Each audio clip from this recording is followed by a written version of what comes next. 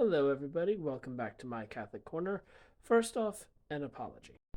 So, I made this comment here, and after looking at it, I'm cringing a little bit because I'm coming off way too harsh, and I apologize about that.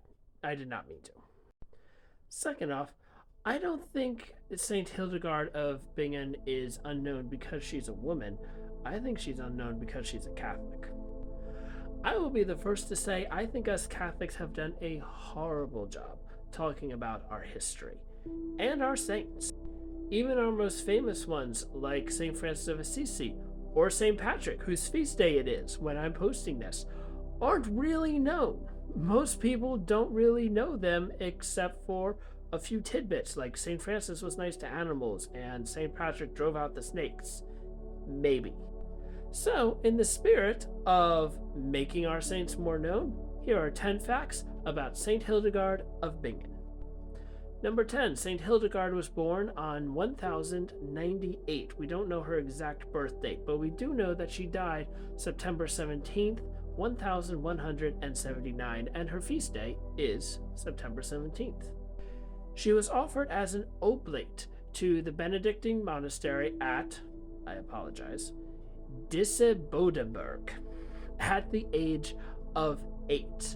She was already starting to share that she was having mystical visions, so she was entrusted to a Benedictine nun by the name of Blessed Jutta of Spanheim, a holy woman who mentored her in the Benedictine rule and spiritual life. And St. Hildegard then became a Benedictine nun at the monastery of St. Dissebodenberg, under the very same Blessed Jude. St. Hildegard started writing down these visions that she had been having since she was a young child under the direction of her spiritual advisor, a monk by the name of Volmar, and in 1151 completed them in a book known as Sevias, Know the Ways. And this book was then approved by the Pope of that time, Pope Eugene III, as authentic visions from God. St. Hildegard then went on to write many more works, including Liber Vitae Meritorum and Liber Divinorum Operum, and also, very unusual for a woman at the time, publicly preached. She became known for exploring the relationship between God, humanity, and creation using a combination of faith and reason. St. Hildegard is also known as one of those most prolific composers of the Middle Ages, with around 70 works still surviving, which apparently is a big deal. Apparently we don't have many works from composers of the Middle Ages. According to one account, there are more surviving chants by St. Hildegard than any other composer from the entire Middle Ages, and she's one of the few composers to have written both the music and the word. In fact, one of her works, the Ordo Virtutum, is an early example of liturgical drama and might be the oldest surviving morality play. St. Hildegard took over as abbess from Blessed Jutta after she passed, when St. Hildegard was about in her mid-30s, and went on to found 2 more convents just because of how she was preaching and the work she was putting out. The population just exploded.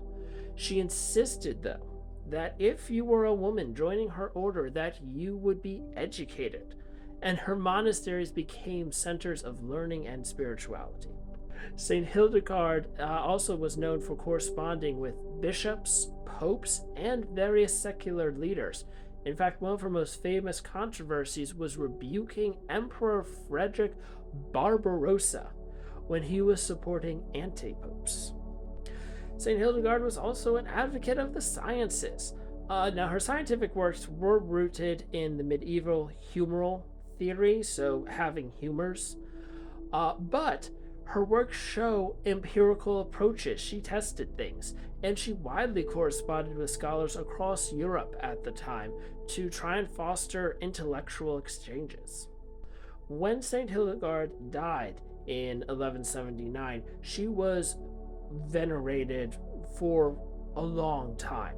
But she wasn't officially canonized due to procedural oversights, mostly because the way that people were canonized in the Catholic Church hadn't officially been documented and planned out until after her death. So she wasn't officially canonized until May of 2012, where she was also named a Doctor of the Church due to her contributions to theology, specifically her insights in the relationship between God, humanity, and creation.